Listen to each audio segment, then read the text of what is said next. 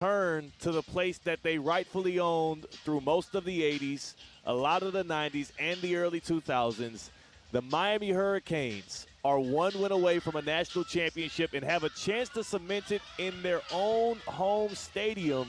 And that is where, theoretically speaking, comes to you today on the road from FanFest just outside of Hard Rock Stadium here in Miami Gardens, as number 1 Indiana looks to take on number 10 Miami in the CFB Playoff National Championship game. It's your boy Theo Dorsey. I'm alongside C-Cat, who's not on the other side of the glass on the ones and twos, but he's right on my right side. And we were here last year at what was the Orange Bowl, and we were here for your Penn State Nittany Lions looking to punch their ticket into the big game. I was a gracious host to you. I did not root against you. I was lockstep in your vision to hope that the Nittany Lions won. Part of that was because y'all were going against Notre Dame. But C-Cat, just feeling the vibes from you. You know which way I'm on it. Yeah. How are you feeling? How did you feel about this game when you first, opened your eyes in a whole different city this morning? Yeah, you opened by saying number 1 Indiana, number 10 Miami, and that was the rankings about a month ago, further than a month ago. And that's not the case now. Like, these are the top 2 teams in the country, and they proved it through the past several weeks. Miami is not who Miami was when they had 2 losses in the regular season.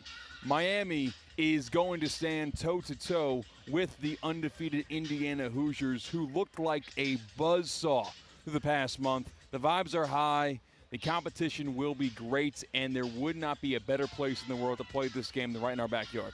That's the thing, man. To have this game in our backyard is such a beautiful thing.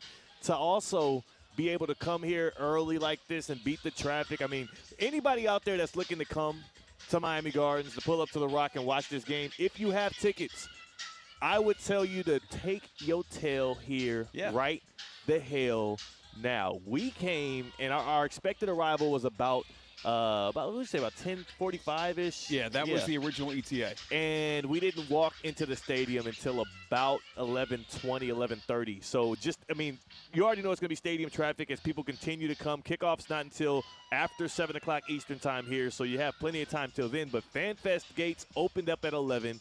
We already have a bevy of Indiana Hoosier fans out here enjoying the activation. Some of them over here with ESPN Radio's Airstream studio, so they're in earshot.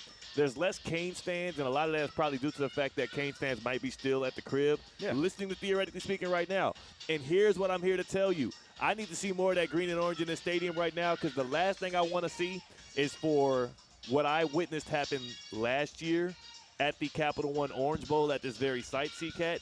You and I made it in here with no problems because we came early. There was a person I met at the Capital One Orange Bowl last year, Penn State Notre Dame semifinal to go to the national championship game, who he told me that he saw the stadium, like he was pulling up on the stadium with 30 minutes to go in kickoff. Like it was right there in his sight. He didn't get into Hard Rock Stadium until halftime. That's how bad it gets close to game time. Do not risk it. And I'm telling you this as a man with experience in games of magnitude, knowing how the traffic gets around Hard Rock Stadium in Miami Gardens. This is not to disparage the good people out here that try to put on a good show. I am just giving forewarning to the fans. Get here now and thank me later. Is that fair? Yeah, that's certainly fair, especially when you have these 2 fan bases. One does not have to travel to get to the game, and the other has been waiting decades upon decades upon decades to be in this very spot. It'll be a sellout. I don't care if the ticket's $2,000, $3,000, $4,000, $5,000, $6,000 at kickoff just to get into the stadium. There will be a bevy of traffic to get into those tailgate lots. The president's going to be there, so that's an added layer of security that you have to go through. Yeah. It really was like we were entering Congress to get into this game today at 11:30.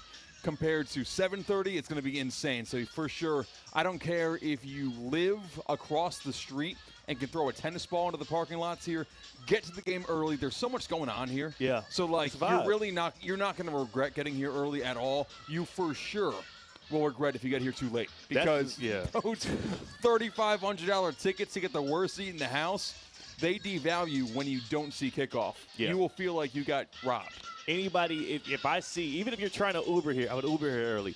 if I see anybody still trying to pull up to the game with like an hour to go or 30 minutes to go to kickoff, shame on you, right? Like you signed up for this. And honestly, to be honest with you, I think the people that are going to be doing that aren't the hardcore Canes fans or Hoosier fans. Those are going to be the people that either got the corporate tickets for free.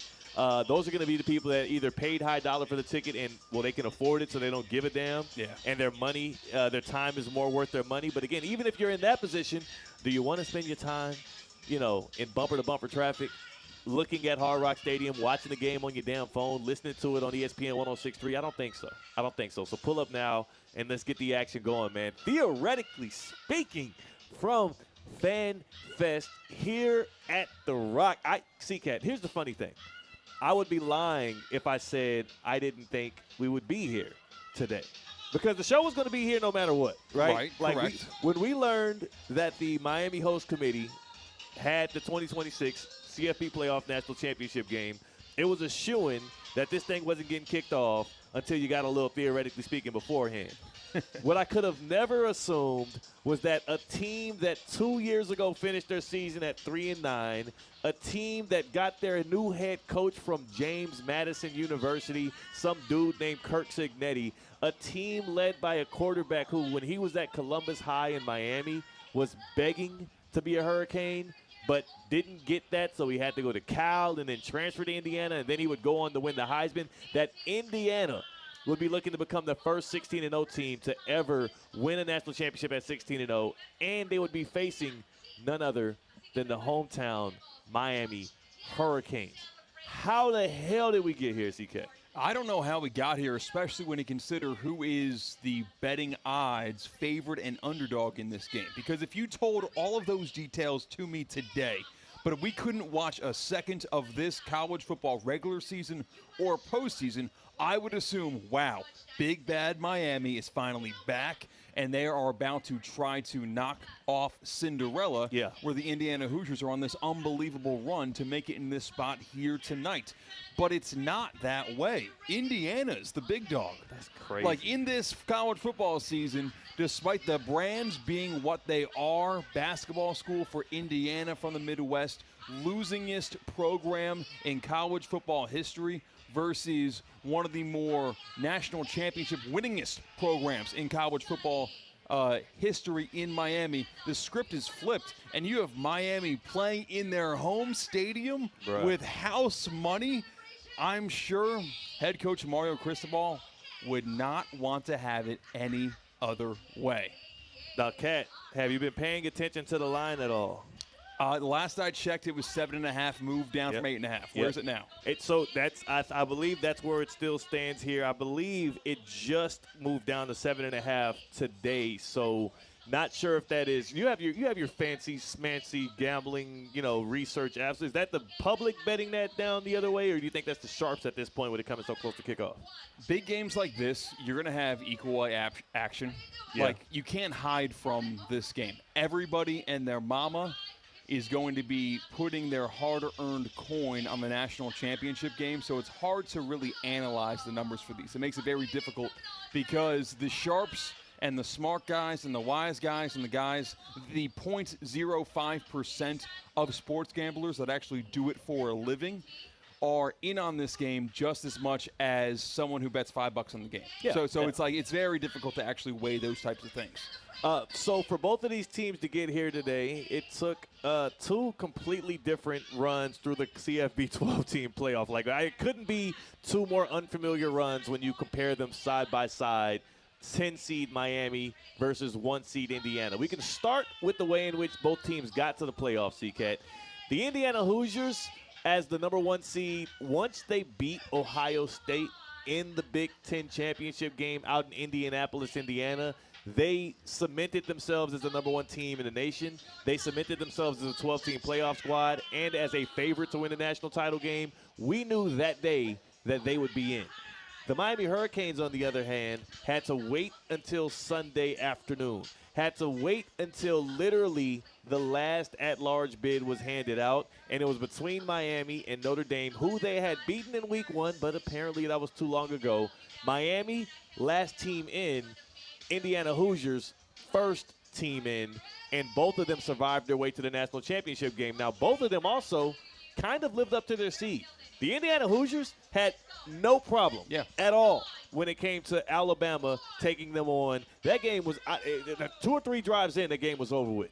The first drive for Indiana was a little bit stagnant. It was I think it was 3 and out. It was a punt for sure. After that, they had their way with Alabama and blew them out. It was weird watching the Tide get rolled like that on the national stage. After that, they take on an Oregon team that was completely outmatched, despite that being a team that they had played before in the regular season in a much better battle.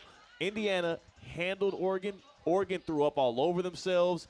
In those 2 games that Indiana played, CCAT, Indiana outscored their opponents there 95-24. That is not what you would expect out of a playoff run. But again, Indiana, it speaks to the dominance of Kurt Cignetti and his squad. Miami, on the other side, totally different route to the championship game. You start in College Station, SEC. It means more. It was cold as all get out. It was windy as hell. Miami sneaks out of there with a 10-3 win. Next game. Now that you got through Texas A&M and the SEC, sigh of relief. You head on in to a Cotton Bowl game against the defending national champions in Ohio State. Now, CCAT, at that point, a lot of people had written off Miami. Yeah, certainly did. I mean, people were lining up hand over fist to put their money on Ohio State in that game, and they were 9.5-point underdogs against the defending national champion Ohio State Buckeyes. And that would happen on New Year's Eve. Literally right before the ball dropped, the Miami Hurricanes were able to cement their victory against Ohio State. Some would say exercising the demons from 2003, the Fiesta Bowl loss that was a horrendous one that was stolen from Miami. Others would say just handling their damn business, beating a team that they should have beat at the trenches, at the line of scrimmage, dominating that Ohio State offensive line and their defensive line, and cementing themselves as one of the best teams in the nation. The next test after that for Miami was Ole Miss, and the Rebels, Miami was the better team. Ole Miss had the better quarterback. And that's exactly how it played out at the Fiesta Bowl when I pulled up there in Glendale, Arizona. Yeah, and you're going through the tracks of which these 2 schools, Indiana and Miami, got to this game. And we've talked about it before. Oregon gave Indiana so many chances, and Indiana took each and every chance. When it came to those turnovers, turning the turnovers into points, the exact opposite can be said about the Miami-Ole Miss game, where Chambliss had a couple of great plays in the second half of that game. He also threw a lot of interceptable balls that Miami simply didn't come up with through the duration of that Fiesta Bowl game. So, yes, better quarterback Ole Miss, but that score was a lot closer due to an incapability to cash in on turnover opportunities and scoring when turnovers happen. Ironically, the game that got the Canes to the national championship game was the worst game they played all playoffs. Really, the worst game they played since they lost against SMU. Not at home against Louisville. I would say that SMU loss was weird as well. There were some flags here and there that hurt. But since they lost in Dallas at SMU, that was the worst game they played. 4 different plays in which easy interceptions were dropped by the defensive backfield. You had the tip pass interception from Carson Beck. Early in the game, you had Malachi Toney getting stuffed in the Malley Cat when they probably should have just ran the ball because that was working all game. A lot of poor decision-making times. A lot of opportunities, like you said, lost by the Canes. And then on the other side, Ole Miss played very well around those interception-worthy plays where they would convert with long field goals or doinks off the uprights. Chambliss threw a perfect pass there at the end of the Ole Miss-Miami game that almost, won them the game at the final buzzer. Like, people don't give enough credit to the ball placement and the opportunity he gave his receiver there to catch it. The D-backs just made the play. And you also saw a little bit creeping back onto that Miami sideline where there was the late hit well after the play. Yeah. Undisciplined type stuff that you might have come to expect from a Mario Cristobal team before 2025. It looked like the avalanche of mistakes were coming from Miami until Carson Beck went 75 yards down the field and sealed it with that 3-yard scramble. Beck legacy drive, 15 plays, 75 yards. The 3-yard scramble at the end took 20 minutes, if you ask me, watching it from the press box there in Glendale. I'm like, dude, just get your ass across the damn line of scrimmage. And the angle that you had, you've posted it. Yeah. you just see a free rusher coming to light up the Hurricanes quarterback. Yeah. It looked like he was absolutely done for about a quarter of a second in there. Mauigoa picks up the block, and then Beck was free run at the end zone. And all of that is reliving this run the Miami Hurricanes have gone on to go from 10 seed, last team in to the national championship game. And it feels like forever since they cashed that ticket to get here today. Yeah, it's been a while. Matter of fact, since they've done that, I was there for it. I took a little trip to L.A. and kicked in and vibed with friends for the weekend. I didn't been back here. I just went to a birthday party last night. We had a whole full week of work. We had 2 rounds of the NFL playoffs? 2 rounds of the NFL playoffs in between this one gap week for the college football. I've watched quarterbacks get eliminated. I've watched head coaches get fired. And here we are at the final stage for college football. Indiana v. Miami. The Hoosiers, they're battle tested. Don't get me wrong, but they checked off every single box, every step of the way. No wasted energy, no wasted snaps, no wasted drives. Kirk Cignetti is leading an efficient group, a professional group. I mean, literally, I'm not even joking. One of the defensive backs for Indiana is doing my taxes for me. Like that. That's just how mature and old these dudes are. Like this guy, one of them I saw literally in the AARP magazine. Their average age is almost 24 years old, which it would have been weird 15 years ago to say there was a 24-year-old college football player. How strange is it that we have a team that's 23 and a half years old on average right now that has made it? It's just a very strange setup that we have going. Was it just a year and a half younger than the Green Bay Packers average age? That is wild. That is absolutely asinine. So, again, it couldn't be two more different profiles between Indiana and Miami getting to this game. But the one string that holds both of these two teams together is their identity since the season has started all the way here to the final stage of this college football, national championship game. It has always been winning in the trenches. And both of them have dominant offensive and defensive lines. Both of them pride themselves in the trenches. Indiana last year was almost just as good of a team. They just got bullied on the line. And we saw that against Ohio State. We saw that against Notre Dame. They were a really good football team last year, too. They couldn't win in the trenches as much as they could now. Both Miami and Indiana pride themselves there, and that's where this game is going to start and finish. There's been 4 times this year where people have underestimated Miami's line and underestimated their force at the point of attack and have been wrong. We were here for the opening game of the season at Hard Rock Stadium when Miami took on Notre Dame. All the talk around this was, would Miami get pushed around by that NFL-ready offensive line of Notre Dame and the front that they had? And no, Miami was the one doing the pushing around. You hear the same thing when Miami goes up against a team like Texas A&M on the road. Would they be able to handle the SEC road environment as well as the line? Remember, they were so confident. We had Aggie offensive linemen speaking out saying Ruben Bain wasn't going to be an issue. 2 sacks, 3 sacks later, Texas A&M's at home. They're watching the game just like us. Same thing when you have a team like Ohio State. Ohio State has, I believe, 4 or 5 projected first-round picks. They are heralded high due to their talent, and rightfully so. Miami handled them the right way. Here's the 4th game in which people are wondering whether or not Miami can win in the trenches.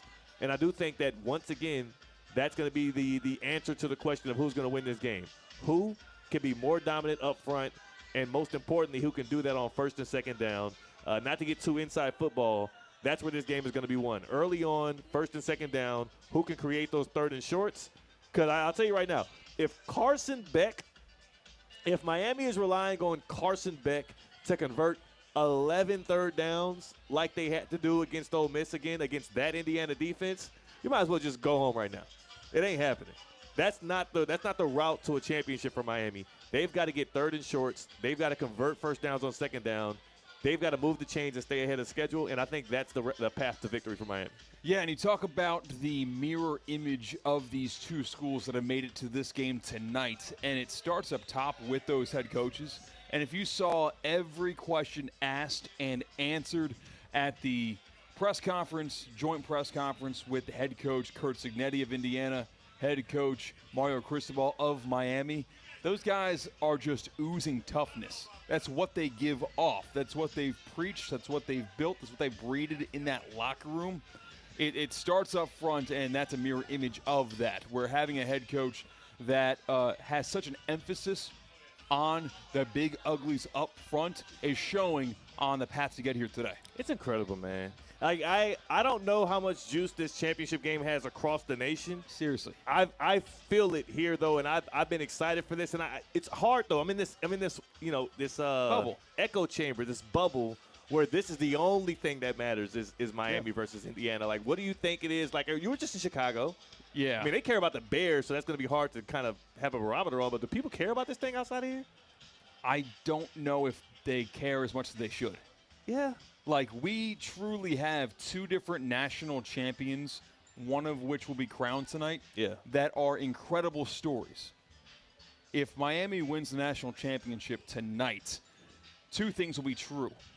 The 12-team playoff has worked, and second, Miami Hurricanes are back as a major player in the college football world. One thing's already true. We are completely and totally removed from the monotony of the Bama, Clemson, Georgia, thank God, just cycle of puke and throw up. And didn't this game already happen?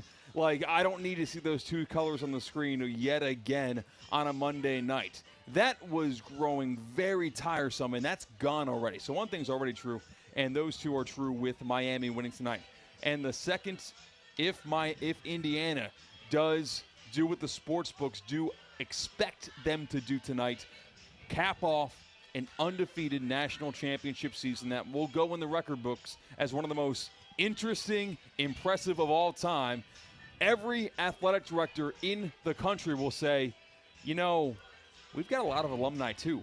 Like, we can kind of just go all in, invest all the money in the world, and find our next Kurt Signetti, if that does exist, and be here 2 years from now. Yeah. There is no longer the haves and the have-nots in college football. If you want to have it, you'll have it. Yeah, you'll have it. And that's part of the reason why this championship game means so much is for both for franchises. They are franchises, damn it, the way people are spending money on the players and the way these programs are operating. But for both schools, this championship means so much because for the Hoosiers, you already have the proof in the pudding that this thing can work and it's a machine and you can, keep rebuilding through the transfer portal and making it shake. For the Miami Hurricanes, I don't think people also underestimate the amount of energy that goes behind a winner in South Florida. Like the Miami Heat. When the Miami Heat were rolling here and the Big Three were rolling, that was the only story in all of sports in the nation. When the Miami Hurricanes dominated the 80s, the 90s, and the early 2000s, that was the culture. That was the reason why, as a kid in Houston, Texas, I became a fan of the Miami Hurricanes and the bravado and what they had. The Florida Panthers. The Florida Panthers have people caring about hockey in South Florida, and it's because they didn't just get there, but they won 2 Stanley Cup championships. I do think that a Miami Hurricanes win will do worlds of help for their recruiting in this area. It already has. It'll do worlds of help for their recruiting nationally and the amount of players that are going to want to go get paid to play in South Florida under the sun, surrounded by palm trees next to the ocean. Like, there is a certain lifestyle. There's a certain bravado. There's a certain, culture boost that you get from calling yourself a Miami Hurricane. And it ain't just getting patted on the back by Michael Irvin. It's much more than that. And you know what? The Hurricanes brand and fan base and energy behind them benefits from the futility of the team they share a stadium with. Oh, yeah. Because it's kind of tough to make 2 trips a week to go on Saturday and Sunday if both teams play home games, if the schedule works out that way. And Jonathan Zaslow, who will be here later on today, talks about how the Miami Hurricanes are treated like another pro team here in South Florida. They are. And if they do end up winning tonight or contending year after year after year, as it looks like they are positioned to, this city and this region will wrap their arms around this team like they did in the past and truly buy in 100%. You won't hear about how, tough. A noon kick. It's September in South Florida. It's kind of hot. Like, it depends on what side of the stadium you are to make sure you're in the shade. No. People will show up and show out to watch the greatest show we'll have in South Florida. The hottest ticket you'll have in South Florida with the Miami Heat, who are in a rut. The Florida Panthers, which is hockey, probably the 4th biggest pro sport in the country. Yeah, baseball team out here, right? The Dolphins stink. The Marlins stink. and don't care if they have AC. You'll go to Miami Hurricanes games because you know they are nationally relevant and you're watching the pros of the future, because we're seeing a lot of pros here tonight.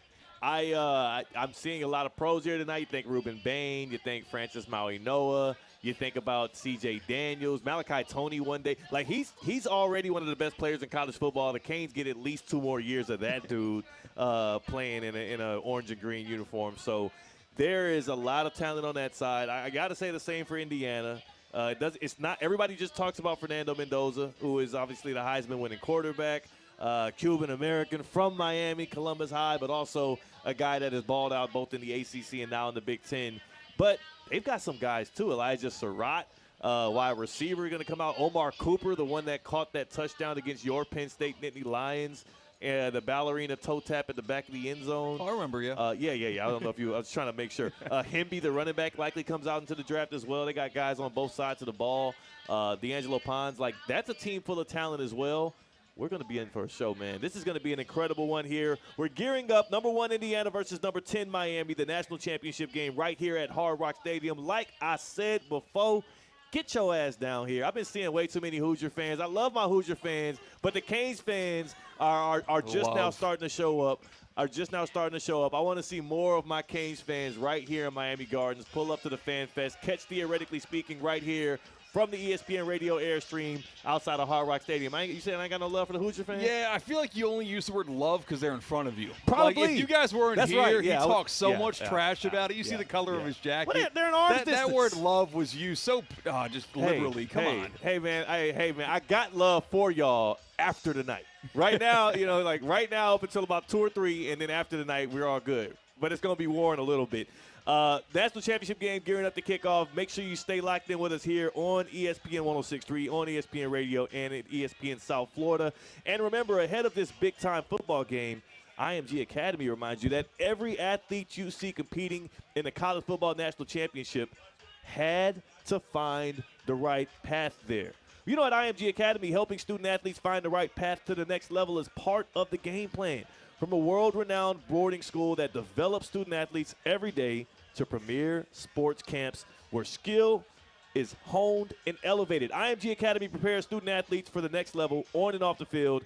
And through IMG Academy Plus, student-athletes anywhere can receive unmatched college recruiting support or even a personal, remote-based mental performance coach. Because greatness isn't luck, it's preparation. Start your preparation with IMG Academy.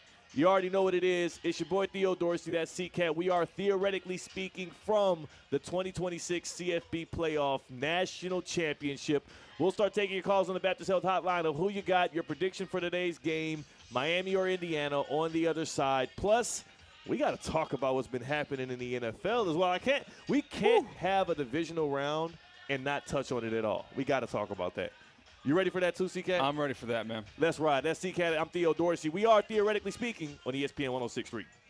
Live from the Anajar and Levine Accident Attorney Studios. Anajar and Levine Accident Attorneys. Call 1-800-747-FREE. This is ESPN 106.3. At St. Lucie Battery and Tire, batteries came before tires. We've been selling and servicing all types of batteries for over 50 years. So when you need a battery for nearly anything, we have it, as well as the fast professional installation you need. We carry premium batteries for all your needs: automotive, commercial, marine, RV, and specialty. We also offer delivery and on-site installation, serving our customers quality products for over 50 years in the home of honest, reliable service.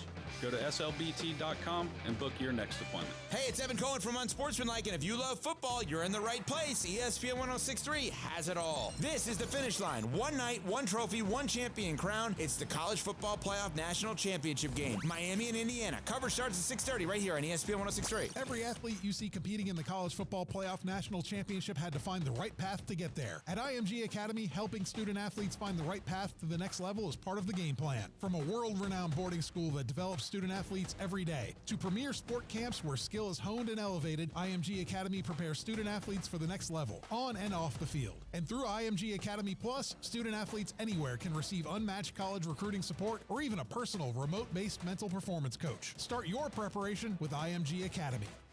Ready to take on any terrain? The all-new Defender 110 P300S is here.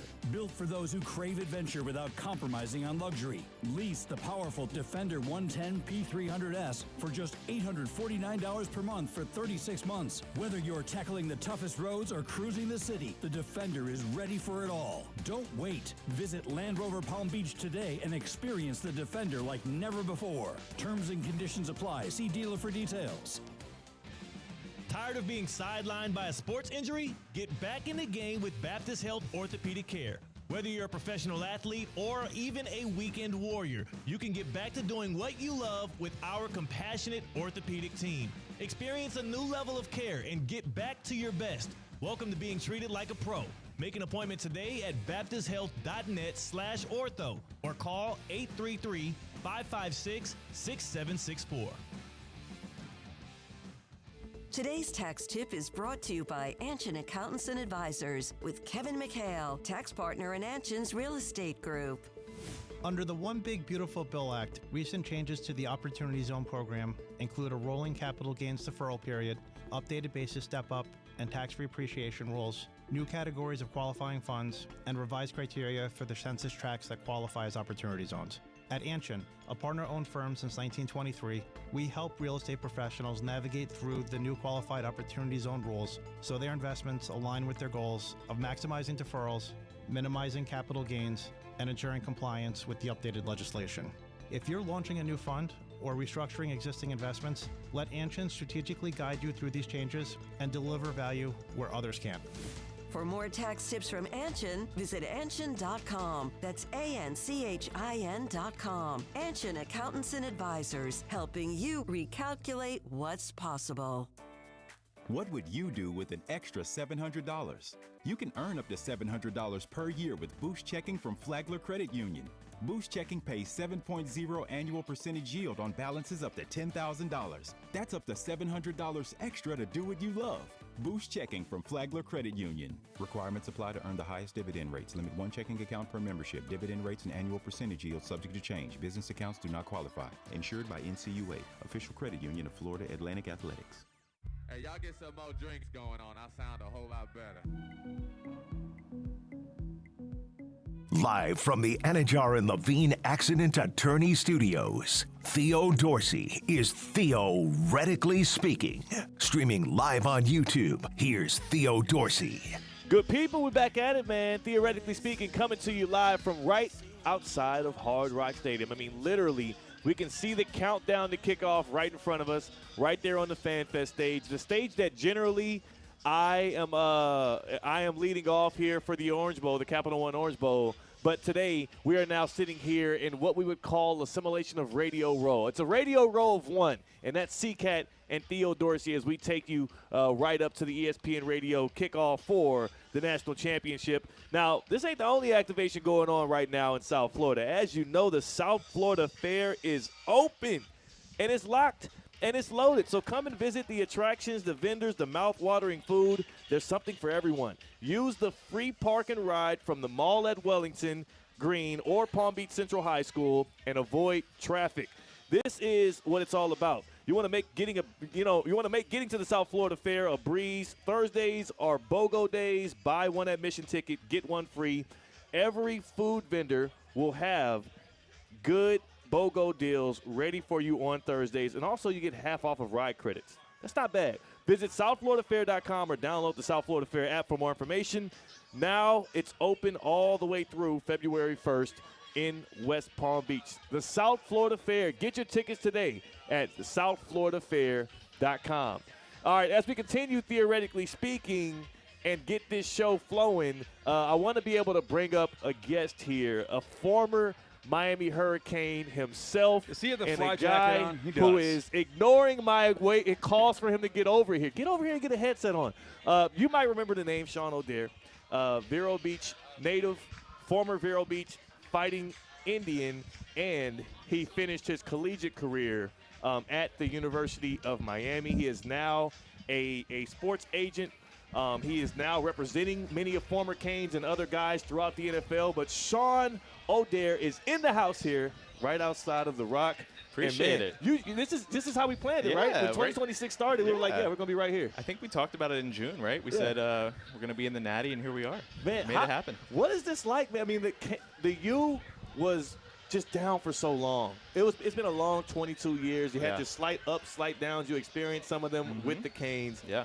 How does that feel now to be sitting in this space? It's honestly surreal, right? Like, I was there for Randy Shannon's last year, Al Golden's first couple years, and just to see us come back, go up and down, and, you know, Mario getting it back right, it's not going to hit us till we're inside the stadium, but it's awesome. It's awesome. Who are some, for people that don't know what you've done since you left Vero Beach, can you just walk us through, like, now as an agent, who are some of the guys you're representing? Who are some of the former Canes you're also working with now in their pro days? Yeah, well, last year we had Elijah Arroyo, Jalen Rivers, Xavier Estrepo, all guys that came up to the camp last year. Currently we're working with Mark Fletcher, Akeem Mesidor, a bunch of guys on the team, and we're hoping to get it done tonight, and I think they will. Why has this thing worked, you think? What's been the biggest thing that's worked in favor of Mario Cristobal? Because many have tried since 2002 to make this thing shake, but Cristobal is the only one that has gotten back to this stage. And he also did it without even getting to the ACC title game, which is weird. That's crazy, right? Like, you wouldn't think that would happen, but I think the team just buying in, right? Buying into his process, to his work, and they just grind, man. Like, Mario's the hardest recruiter, doesn't take a day off, and it paid off. You know, there were some down games the first start of their, couple years, and then, now we're in the national championship game, and it only took, 4 years now? 4 years? Yeah, just a short 4 years. Nobody ever questioned Cristobal along the way, right? No, it was all great. All great the whole time, so it was good. If Mario Cristobal can pull this thing off tonight, where would he rank in terms of coaches you want coaching your program in college football right now? Got to be at the top, right? Like, it's great for college football when Miami's on top, right? And he's at the top, and obviously the NIL commitment from a lot of boosters and all that, and the rev shares part of it has helped to get us here. But these guys have bought in 100%, and they're 100% bought into Mario's process, and I think that's the biggest shift. Sean O'Dare joining us here, former Vero Beach quarterback, former Jacksonville State is where you started your Jacksonville University, career? Yeah. Jacksonville University. Transferred to Miami, and was there for some rough times, but we made it. We were actually there for the bowl bans when we had the whole Nevin Shapiro bowl ban, and we played a couple seasons knowing we weren't going to have bowl games, and just to kind of see it culminate in a national championship 20 years later was all worth it. So you're kind of part of the cleanup crew. This is, you set the foundation for this. I'm not going to take credit. I didn't do much, but it's good to see us back to where where we should be. So, man, can you talk Akeem Mesidor? That dude has played his way into, like, what are some of the? I'm hearing first round. I hear a lot of back in the first round. Yeah, and it's just great to see his perseverance. Like, he had some injuries. He transferred in here from West Virginia. Really.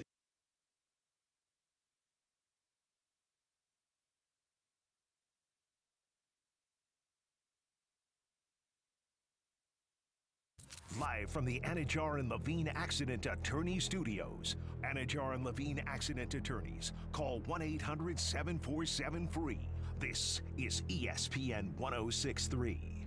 Miami's always hunting for a national championship. I'm attorney Brian Lebovic. As proud UM alums, we know how to compete at the highest level. I'm Esther Lebovic. At the Lebovic Law Group, we bring a championship mindset to every injury case. Preparation, discipline, and relentless execution. When a client's future is on the line, we don't just show up, we play to win. Don't wait. Dial 8-561-888-8888. No fee unless we win for you. Visit Lebovic.com. Go Miami! Hiring a lawyer is an important decision. Past results do not guarantee future outcomes. Safebound Moving and Storage is growing. We're looking for new movers and drivers who lead by example, show up ready, and take pride in their work. If you're dependable, willing to learn, and thrive in a fast-paced environment, you'll fit right in. This isn't just a job, it's a career. Do you have what it takes? If so, visit SafeboundMoving.com to apply today. SafeboundMoving.com. Does your business leave a lasting impression? Attractive, eye-catching signs help you stand out from the crowd and create a strong brand identity. Our team at Signorama West Palm are experts in helping your business get noticed and get effective signage in front of your potential customers. Our team can turn your blank windows or plain vehicles into money-making branding machines by drawing customers' attention to your business. So if you're looking to leave that lasting impression, call us 561-687-7993 or visit signoramawpb.com. Business owners, are your employees driving you nuts? Is money tight? Or have you just poured your heart and soul into your business and now it's time to retire and just relax? At Transworld Business Advisors, they have buyers from all over the world ready to buy your business now. Call for a confidential conversation about your business's current value. 561-203-5121. That's 561-203-5121 or visit tworld.com today. Hey, it's Evan Cohen from Unsportsmanlike, and if you love football, you're in the right place. ESPN 106.3 has it all. This is the finish line. One night, one trophy, one champion crown. It's the College Football Playoff National Championship game. Miami and Indiana. Coverage starts at 6:30 right here on ESPN 106.3. Don't fumble your finances. Whether you're running a business or running plays, Jay Zolo and Associates keeps your books tight in your stressed life. With nearly 30 years of experience, Jay Zolo is your go-to coach for QuickBooks, offering expert consulting, one-on-one training, and full-service bookkeeping. Jay Zolo and Associates, simplifying your books so you can win on and off the field. Visit jzolo.com today. That's JZOLLO.com. At St. Lucie Battery and Tire, batteries came before tires. We've been selling and servicing all types of batteries for over 50 years. So when you need a battery for nearly anything, we have it, as well as the fast professional installation you need. We carry premium batteries for all your needs: automotive, commercial, marine, RV, and specialty. We also offer delivery and on-site installation, serving our customers quality products for over 50 years in the home of honest, reliable service. Go to slbt.com and book your next appointment. Hey, Culligan man! Good people. It's Theo Dorsey. Let's kick off the new year with a home upgrade that's a win for you and the environment. A Culligan high-efficiency water softener helps you use less soap, less detergent, and fewer chemicals. Talk about a game-winning play. Try Culligan today for 12 months interest-free. Visit Culligan.com for more information and to schedule your free water test. Or just say, Hey, Culligan man! Today's tax tip is brought to you by Anshin Accountants and Advisors with Kevin McHale, tax partner in Anshin's Real Estate Group. Under the One Big Beautiful Bill Act, recent changes to the Opportunity Zone program include a rolling capital gains deferral period, updated basis step-up, and tax-free appreciation rules, new categories of qualifying funds, and revised criteria for the census tracts that qualify as opportunity zones. At Anshin, a partner-owned firm since 1923, we help real estate professionals navigate through the new qualified opportunity zone rules so their investments align with their goals of maximizing deferrals, minimizing capital gains, and ensuring compliance with the updated legislation. If you're launching a new fund or restructuring existing investments, let Anshin strategically guide you through these changes and deliver value where others can't. For more tax tips from Anshin, visit Anshin.com. That's ANCHIN.com. Anshin Accountants and Advisors, helping you recalculate what's possible. So, you know, and if it would have worked out and we would have won and they dropped the Hail Mary or we didn't get the spots, we would have been. So I don't give him any blame on that. We could have gone a lot of different ways. Without him, we wouldn't even been close to that. And obviously devastating, but they can be back right back with next year with top quarterback in the country next year. And, you know, they're going to reload. They always do, and they'll be fine. But that was You know that top quarterback of the country. Has he, I don't know, thought about playing his college games in the stadium over here? I know he's committed elsewhere. So this is kind of nice, isn't it now? I wouldn't be upset with that, right? I think he's going to be successful.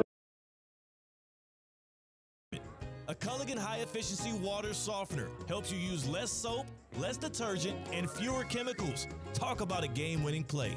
Try Culligan today for 12 months interest-free. Visit Culligan.com for more information and to schedule your free water test. Or just say, Hey, Culligan man! Miami's always hunting for a national championship. I'm attorney Brian Lebovic. As proud UM alums, we know how to compete at the highest level. I'm Esther Lebovic. At the Lebovic Law Group, we bring a championship mindset to every injury case: preparation, discipline, and relentless execution. When a client's future is on the line, we don't just show up, we play to win. Don't wait. Dial 8-561-888-8888. No fee unless we win for you. Visit Lebovic.com. Go Miami! Hiring a lawyer is an important decision. Past results do not guarantee future outcomes. Kaiser University's flagship campus, the 100-acre residential campus at 2600 North Military Trail in West Palm Beach, extends Kaiser University's educational offerings to over 100 degrees within the heart of South Florida. Kaiser University also has an athletic program with 27 national championships, including their third championship in women's soccer. Visit KUCHawks.com for the latest on the championship athletic programs at Kaiser University. Experience the world's premier equestrian event right here in Wellington, Florida. The Winter Equestrian Festival brings together Olympic and world champion riders and horses from all around the globe for 13 weeks of elite international competition and unforgettable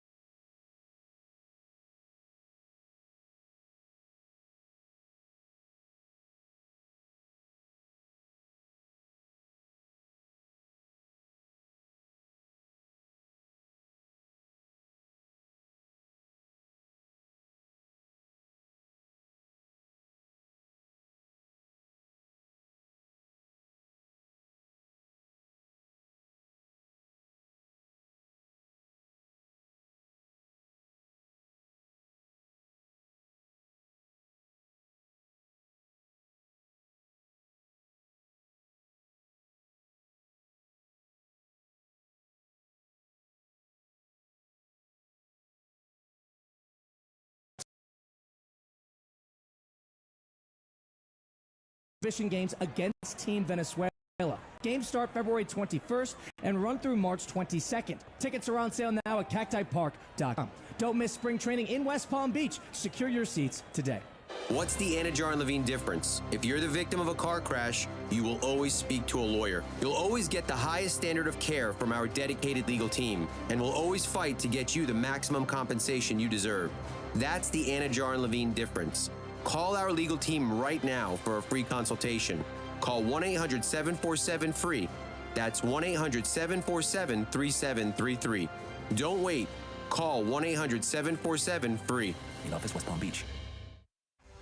The College Football Championship's here. Miami looks to win their 6th national title and cement themselves back at the top of college football. Indiana comes in as juggernauts, undefeated, experienced. They've got the Heisman winner, and they're looking for their first championship. Find out who wins it all Monday on ESPN 106.3.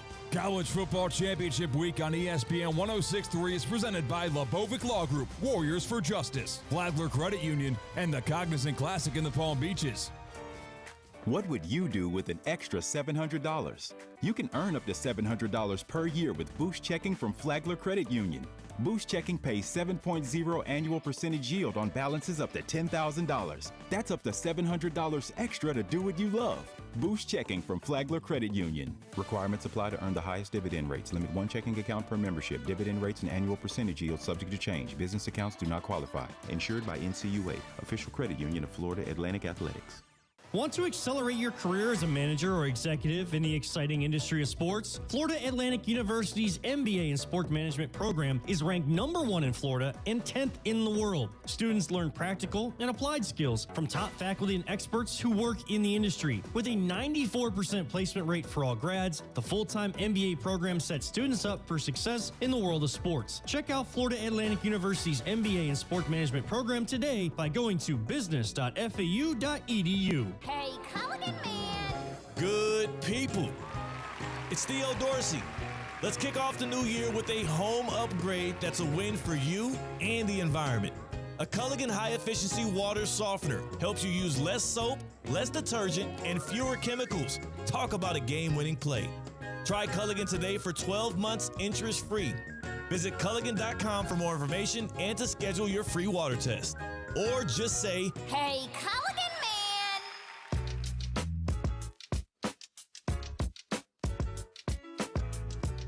Live from the Anajar and Levine Accident Attorney Studios, Theo Dorsey is theoretically speaking. Streaming live on YouTube, here's Theo Dorsey.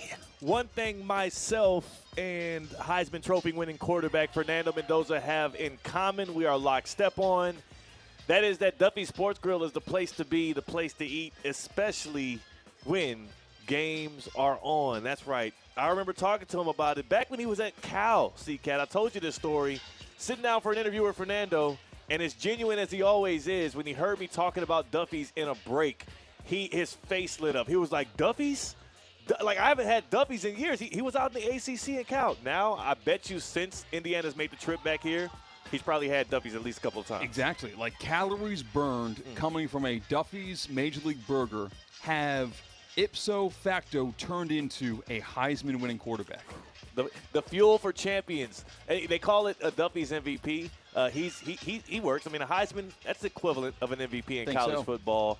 Duffy Sports Grill, man, you know how to get to them. Duffy'sMVP.com. Find the one nearest to you. 80 or more television screens in every single location. Plus, at Duffy's, you have your football starters. You have 2-for-1 drinks all day, every day. I love the gridiron nachos. I absolutely adore the firecracker shrimp. There's so many good options at a Duffy Sports Grill. So whether you're visiting town or if you're in town and you already know the deal, Duffy'sMVP.com, Duffy Sports Grill, that's the place to be.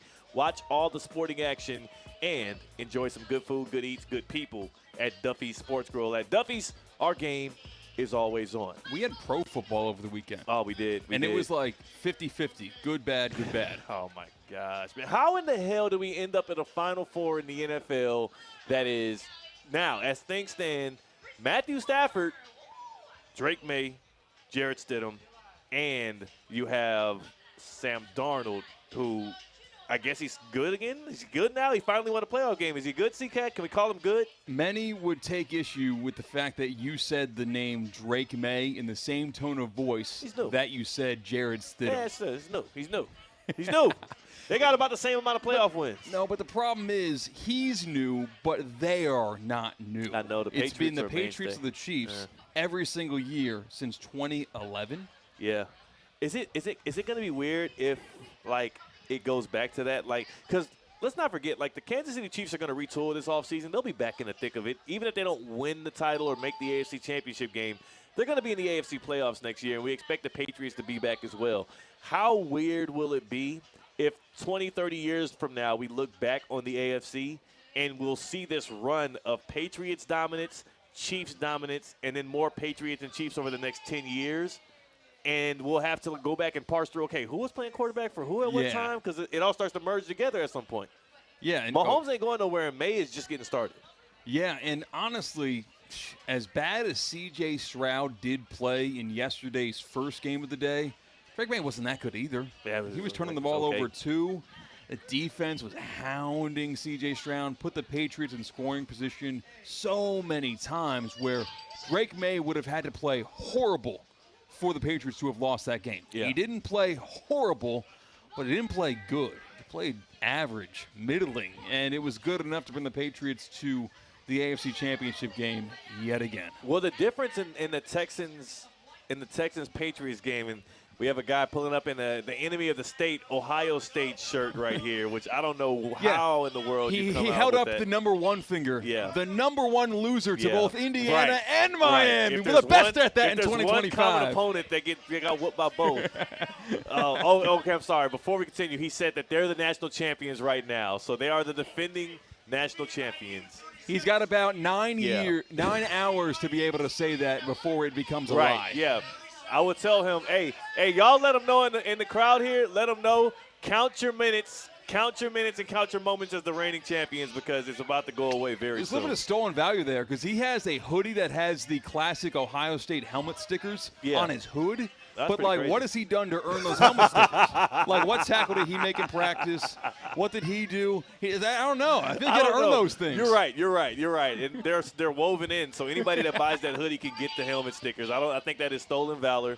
I am not with that. And also, we mentioned it earlier, not only is Ohio State, their days are numbered as the defending national championship winners, we're coming back for that 2002 trophy as well. That ain't theirs. They stole that one. I picked the wrong time to walk up when we talked about how bad C.J. Stroud was yesterday. Yeah. Let's go back to C.J. Stroud and how he lost the Texans football game. By the way, will you ever trust an Ohio State quarterback in the NFL again?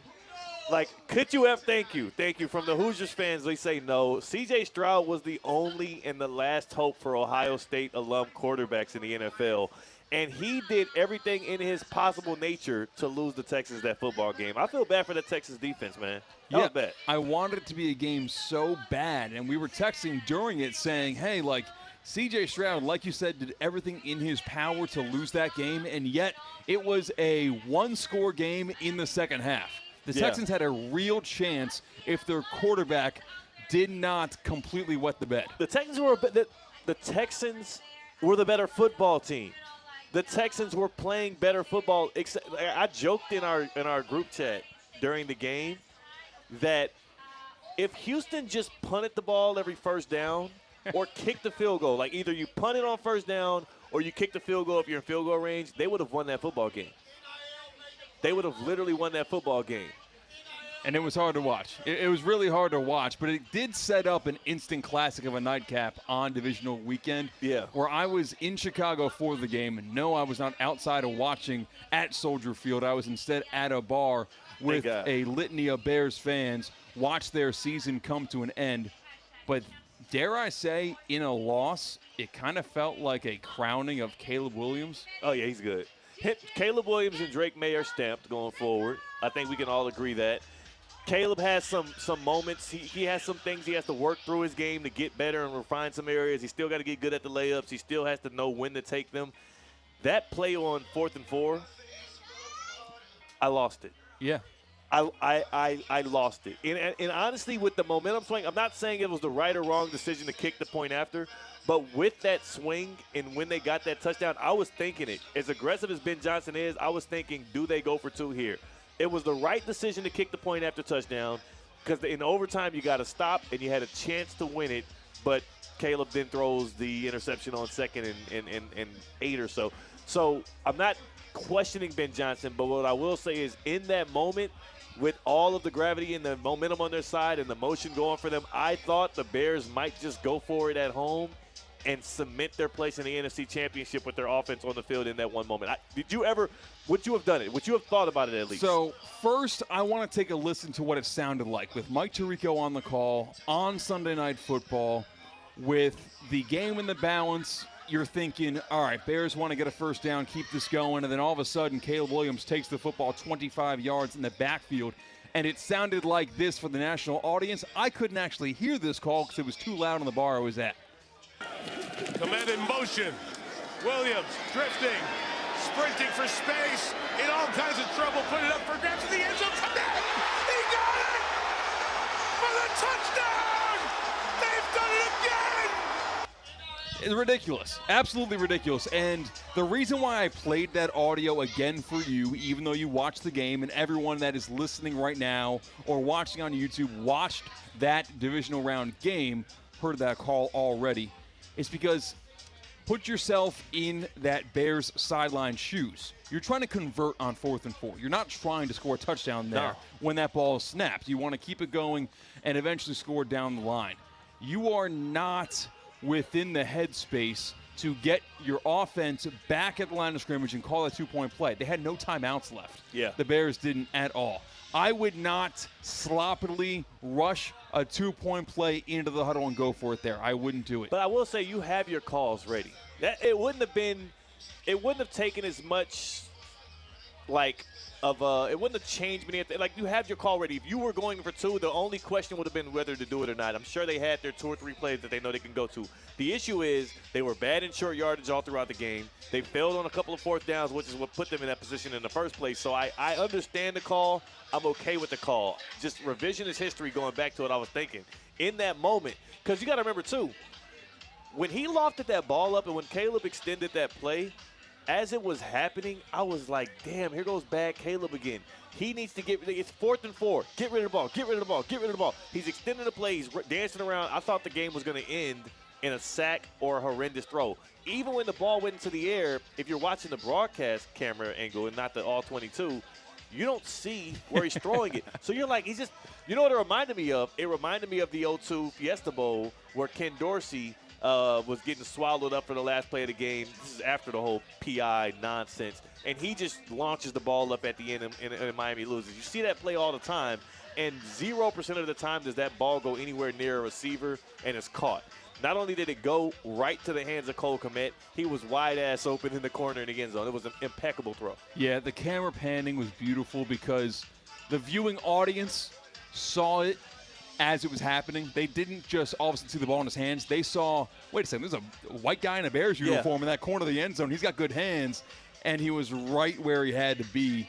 That was beautiful to watch develop, and of course it would have been made better for that moment as a sports fan if you had no dog in the fight. If the Bears win. If the Bears win. That play matters nothing to the history of football anymore. You know what? Also, thank God it wasn't Mark Andrews. Thank God that wasn't Mark Andrews. You had the right white guy tight end that day in Cole Kmet because Mark Andrews was sitting at home like, damn it, is that how it's done? Game on the line, you're supposed to go like that. Oh, man. That was ridiculous. I wouldn't have gone for 2. And I'm a go for 2 guy. Through and through. Ben Johnson is too. And another new age football, young gun, rolling the dice, aggressive, proving himself. People were mad in Chicagoland at Ben Johnson's stingy and stubborn ass about how he would always go for it on 4th down in the red zone. And they were mad, like, oh, could have used 3 points here, could have used 3 points there. Yeah. When if he went for it on 4th down every single time like he did in the red zone, he scored 10 points. Scored 10 points. If you kick those field goals, they scored 9 points in the first half. It's always, if you get it, and score a touchdown on that drive, half the time you are better off. There are more points. 2 field goal drives is less than 1 touchdown drive. Yes. So if if it's a coin flip 4th down for you, you flip that coin. Especially when you believe in especially when you have Caleb Williams and not C.J. Stroud. When you have DJ Moore, Luther Burden, and Rome Odunze, and Cole Kmet, and Colston Loveland, and Kyle Monunga, and not, Jaden Higgins and Dalton Schultz and whatever the hell the Texans have. Like, you believe in your offense if you're Ben Johnson. You believe in your quarterback if you're the Bears. You put that ball in their hands and you say, go win me the game. And they did. And they did it time and time again against the Rams. The issue is when overtime struck and your defense got the stop and you had the ball and you were moving it, Caleb went for the kill shot and DJ Moore fell asleep.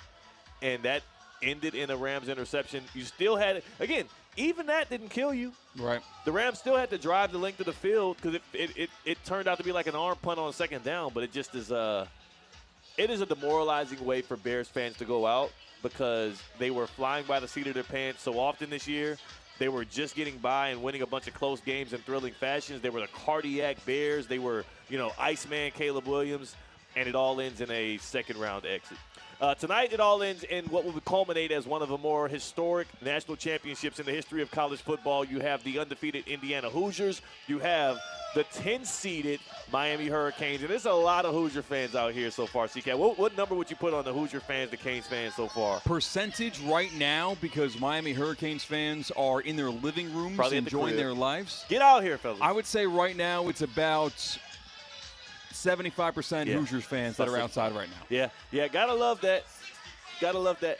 He's saying, we got one Hoosier fan saying 65-35. He also said no more blue bloods because it is now the land of NIL, and teams like Indiana can dominate through the transfer portal in doing so. So we'll see how those Hoosiers and Canes fare later on, but I want to let you know right now that Lebovic Law Group Law Group is here for you and for me, despite what I called them just a couple of seconds ago. Lebovic Law Group. Miami is hunting for the national championship, and that same competitive fire lives at Lebovic Law Group.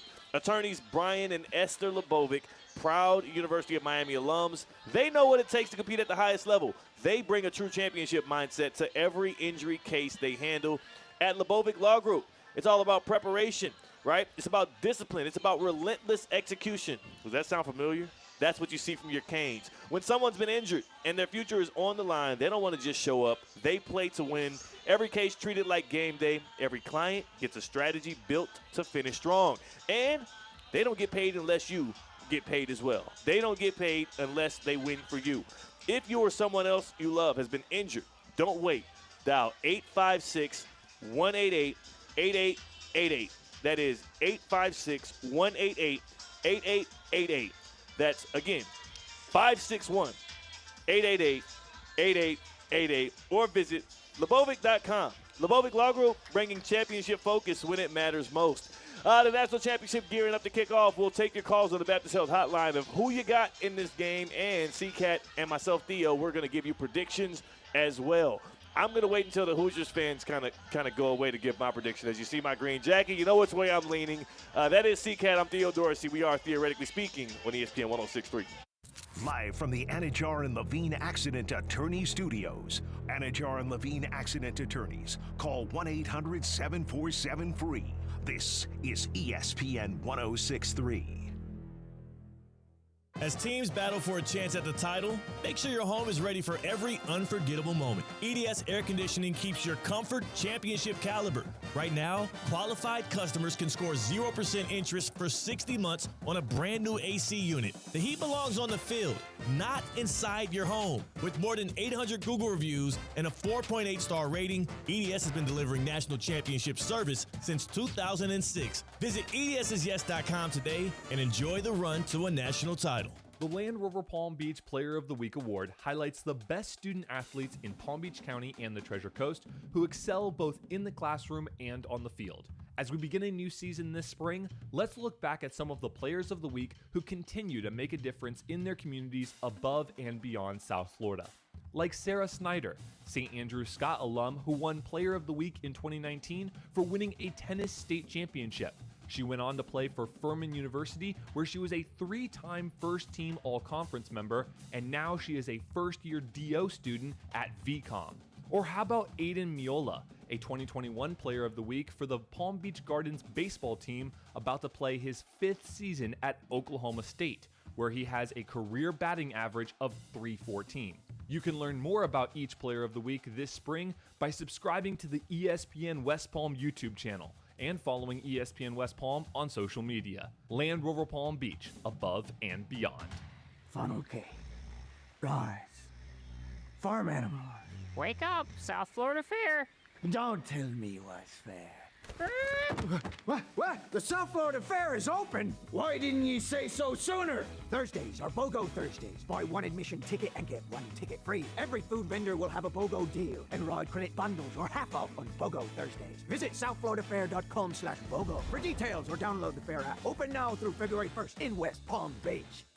Miami's always hunting for a national championship. I'm attorney Brian Lebovic. As proud alums, we know how to compete at the highest level. I'm Esther Lebovic. At the Lebovic Law Group, we bring a championship mindset to every injury case. Preparation, discipline, and relentless execution. When a client's future is on the line, we don't just show up, we play to win. Don't wait. Dial 8-561-888-8888. No fee unless we win for you. Visit Lebovic.com. Go Miami! Hiring a lawyer is an important decision. Past results do not guarantee future outcomes. Spring training 2026 is coming fast to Roger Dean Chevrolet Stadium as the Miami Marlins and St. Louis Cardinals return to Jupiter for 30 games in 30 days from February 21st to March 22nd. Come out to the ballpark this spring and make a memory that lasts a lifetime. Season tickets, groups, and mini plans are on sale right now. Purchase your baseball experience at RogerDeanChevroletStadium.com. See you soon at America's busiest ballpark.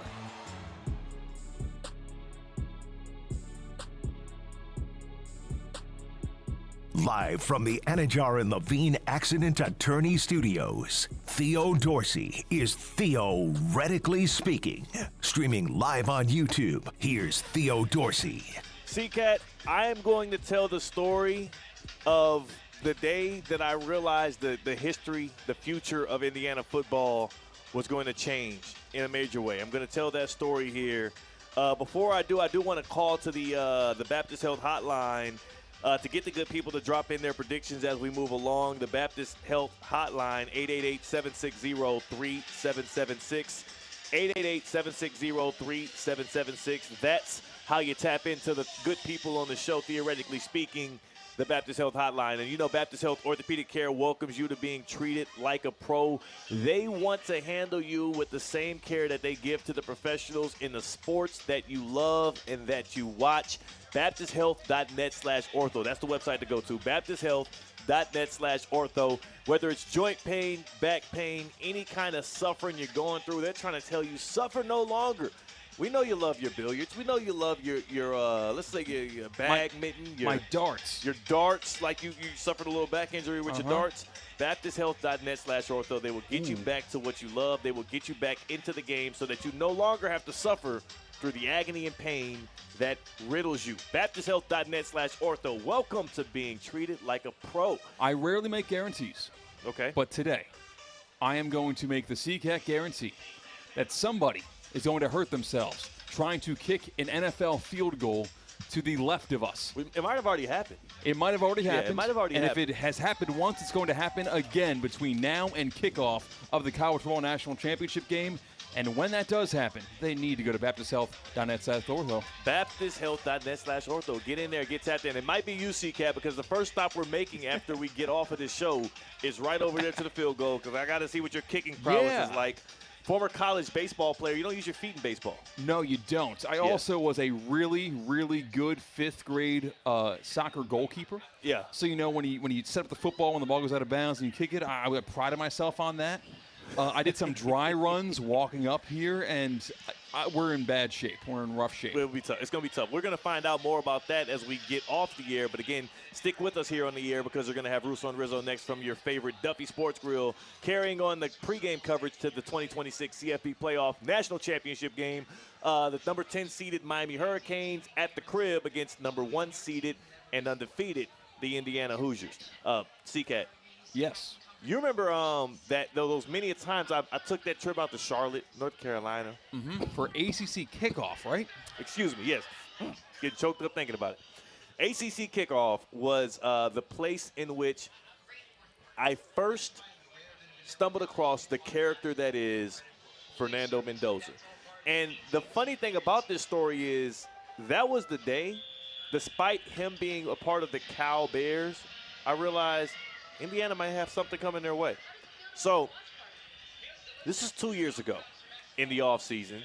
This is the year of Cam Ward coming to the Miami Hurricanes. This is the year that Mario Cristobal enters the year on the hot seat. So all of our ACC kickoff, our preseason media coverage was geared up to talk about what Mario Cristobal had and that Georgia Tech snafu. Remember the fumble, the Hail Mary? Remember it all too well. Excuse me. So all of my stuff was geared up and prepped for Miami. My plan of attack was ACC kickoff. I'm going to cover Miami extensively, and I'm going to just get any other Florida kids that are around. So as I'm looking through the 17 ACC schools, I'm scrolling across. I come across Cal, and I'm like, what the hell? Why the hell is Cal's quarterback from Miami, Columbus High School? And who the hell is Fernando Mendoza? So I said, you know what? I told the people, I said, I want this guy. I want to talk to him because I'm just curious as to how the hell he ended up at Cal and want to check in on his career. This is also the same summer that CFB 25 came out. That's right. It took the world by storm. For people that don't know CFB 25, it's the college football playoff game or video game. It was out for about a decade. So CFB 14 was the last one. CFB 25 came out that summer. It was a huge release. This thing came out 2 days before we got to Charlotte for ACC kickoff, so it's new to everybody. My plan of attack was after I'm done covering the Miami athletes and coach seriously, everybody else, I'm just going to kick back and play CFB 25 against them on air. So I'm going through it, and I interview all these other guys, and then I get to this Cal quarterback, this very eccentric young fellow, Fernando Mendoza, who sits down next to me, and I'm gearing up to talk some Cal Bears with him. And as I am picking my team, the strategy of the interview was I talk to them, but I play them at CFB 25, and I whoop their tail because they're so busy thinking of answers to my questions that I'm whooping their tail. I'm getting them. Every kid I had played before then would pick their college to play against me, and I would pick the Miami Hurricanes. So I played a kid from Pitt. He picked Pitt. I picked the Miami Hurricanes. I played a kid from Florida State. Same thing. I picked Miami. He picked FSU. I sit down with Cal Bear, Fernando Mendoza, and we talk about his love for Duffy's. We talk about all the great things, and then we hop on the sticks, and we go to our team selection in CFB 25 to play a little one-on-one. He scrolls right past Cal as I'm sitting on Miami, and he picks the Indiana Hoosiers. Now, see, this is the year before his season at Cal. The year before the season in which he takes Miami to the brink in that massive game out in California where they were up 25 in the second half and Miami comes back to win with Cam Newell. Nobody had it on their peripheral that Fernando Mendoza might be leaving, and not just leaving, but going to play for Curt Cignetti at Indiana. Fernando picked Indiana, and out of all of the kids I played in CFB 25 that day, he whooped my ass. He picked the team he wasn't even playing for, and he whooped my tail. And I to this day, at that point, I didn't know why he did it. A year later, he enters the transfer portal. He becomes a Hoosier. The rest is history. Fernando, I was the first person that Fernando Mendoza chose Indiana in front of nationally, and I never told that story until today. So Hoosier fans right now that are hearing it, and the people that are hearing it on ESPN 106.3, you're welcome. You can take that back with you. Indiana's always been in his heart, and a lot of that had to do probably with his younger brother also being on the school's roster at the time as well. Well, not only was it before Fernando Mendoza's Cal season that earned him a viable transfer portal prospectee to go to Indiana, but it was before Indiana had a one-loss regular season with Curt Cignetti. So, it's not like Indiana was in the front of mind of casual or even dedicated college football fans. It was random. I asked him, I said, why the hell are you picking Indiana? He was like, you're gonna find out why. And he showed me. I don't think I moved the ball. I might not have got a first down against the dude. He's really good at CFB, the video game. So if you do, it's another factoid about your Heisman-winning quarterback, Fernando Mendoza. Really good at real football, really good at that game as well. But no, he part of it had to do with his brother being there, I'm sure.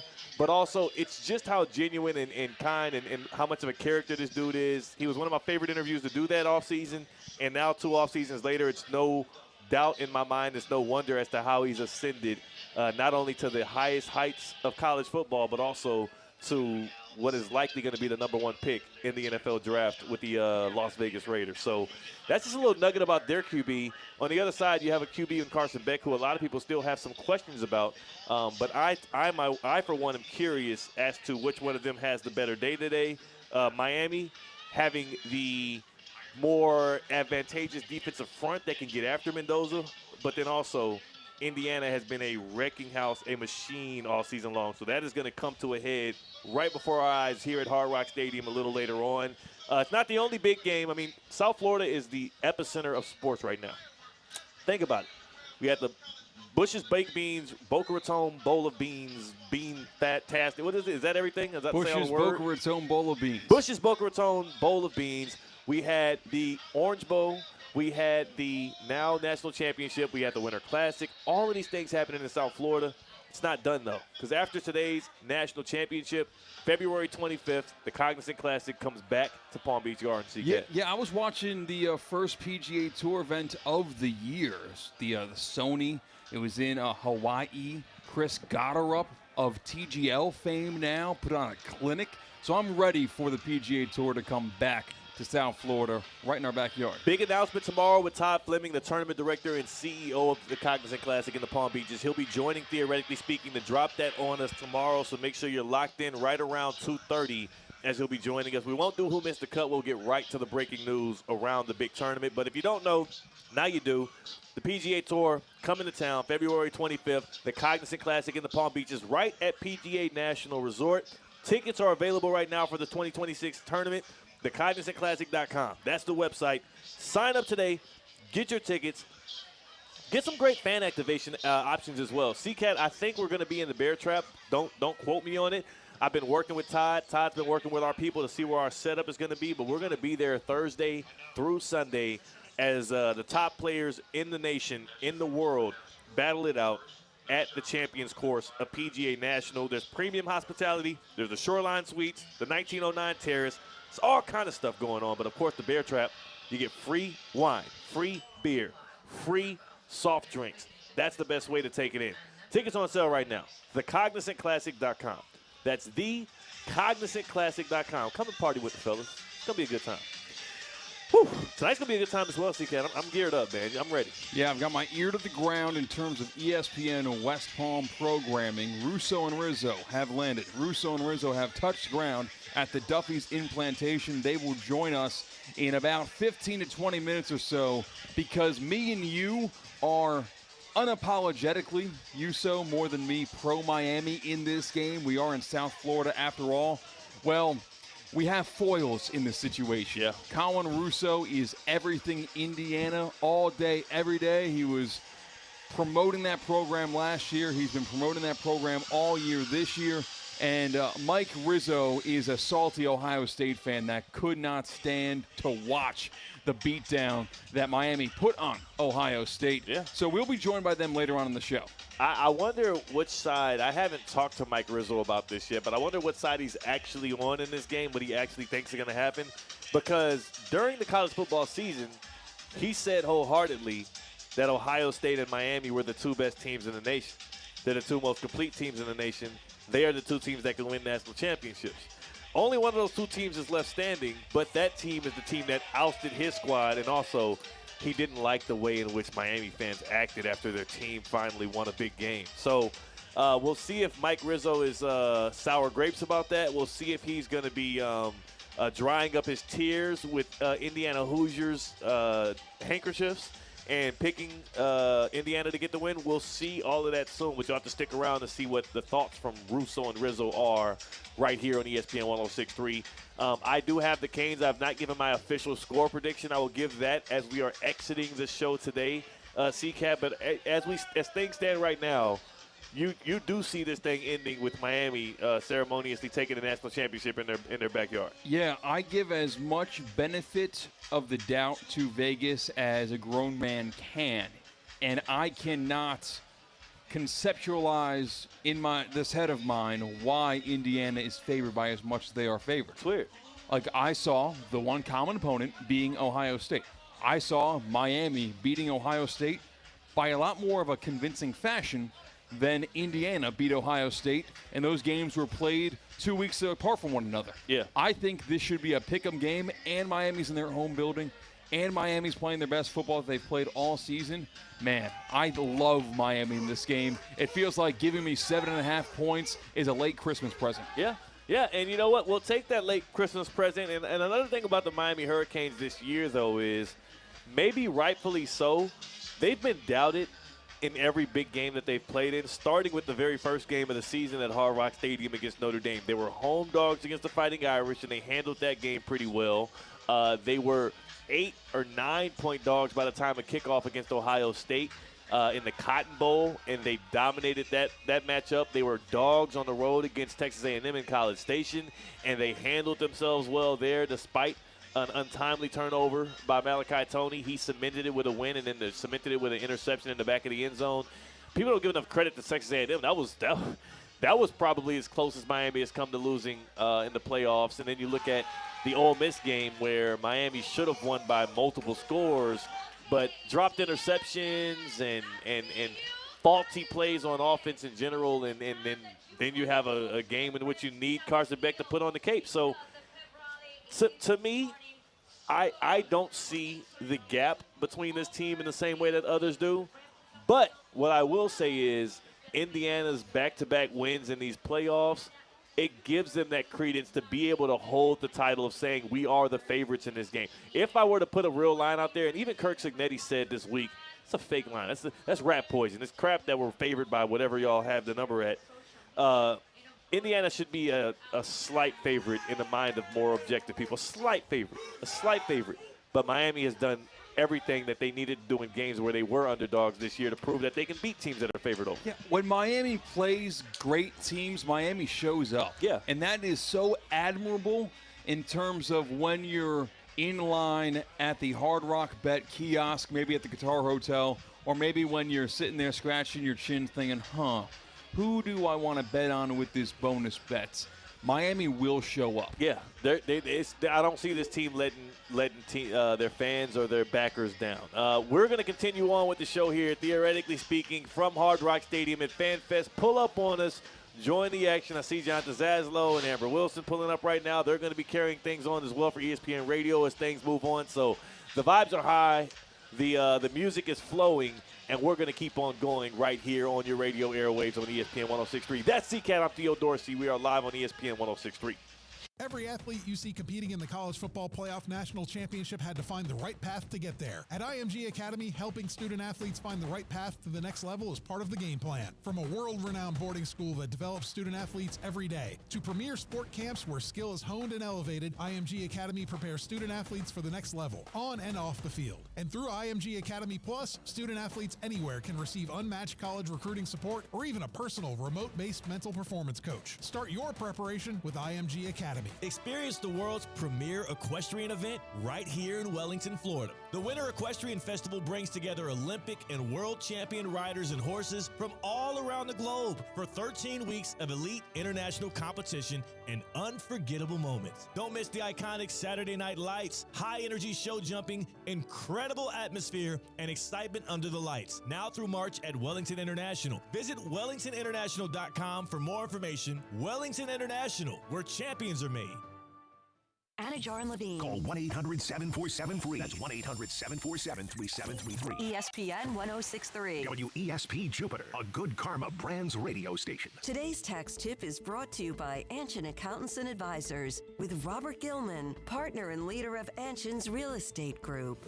Under the One Big Beautiful Bill Act, 100% bonus depreciation has been permanently reinstated. Real estate businesses are now able to immediately expense the full cost of qualifying property. Even projects with millions in improvements can benefit from first-year expensing without any spending cap. At Anshin, a partner-owned firm since 1923, we strategically guide real estate businesses through these legislative changes to help them develop a long-term investment strategy and boost cash flow. If you're a real estate professional looking to enhance profitability and minimize tax liabilities, let Anshin deliver value where others can't. For more tax tips from Anshin, visit Anshin.com. That's ANCHIN.com. Anshin Accountants and Advisors, helping you recalculate what's possible. Hey, Culligan man! Good people. It's Theo Dorsey. Let's kick off the new year with a home upgrade that's a win for you and the environment. A Culligan high-efficiency water softener helps you use less soap, less detergent, and fewer chemicals. Talk about a game-winning play. Try Culligan today for 12 months interest-free. Visit Culligan.com for more information and to schedule your free water test. Or just say, Hey, Culligan man! What would you do with an extra $700? You can earn up to $700 per year with Boost Checking from Flagler Credit Union. Boost Checking pays 7.0 annual percentage yield on balances up to $10,000. That's up to $700 extra to do what you love. Boost Checking from Flagler Credit Union. Requirements apply to earn the highest dividend rates. Limit one checking account per membership. Dividend rates and annual percentage yield subject to change. Business accounts do not qualify. Insured by NCUA, official credit union of Florida Atlantic Athletics. Want to accelerate your career as a manager or executive in the exciting industry of sports? Florida Atlantic University's MBA in Sport Management program is ranked #1 in Florida and 10th in the world. Students learn practical and applied skills from top faculty and experts who work in the industry. With a 94% placement rate for all grads, the full-time MBA program sets students up for success in the world of sports. Check out Florida Atlantic University's MBA in Sport Management program today by going to business.fau.edu. hey, it's Theo. And let's be real, moving sucks. Boxes, packing, all that stress, who's got time for it? That's why there's Safebound Moving and Storage. We handle everything. Whether you're moving local or long distance, we offer a headache-free experience, just the way moving should be. Get your free quote today at safeboundmoving.com, because every move should feel safe with Safebound. The 2 p.m. hour is presented by the Cognizant Classic in the Palm Beaches. Teeing off February 25th at PGA National. Get your tickets today at thecognizantclassic.com.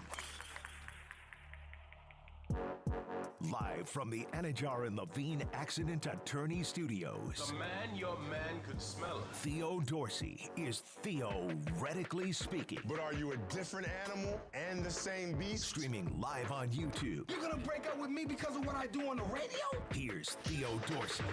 Good people. We're back at it again. Theoretically speaking, from Hard Rock Stadium, it is your boy Theo Dorsey alongside C-Cat, gearing up for the 2026 CFB Playoff National Championship.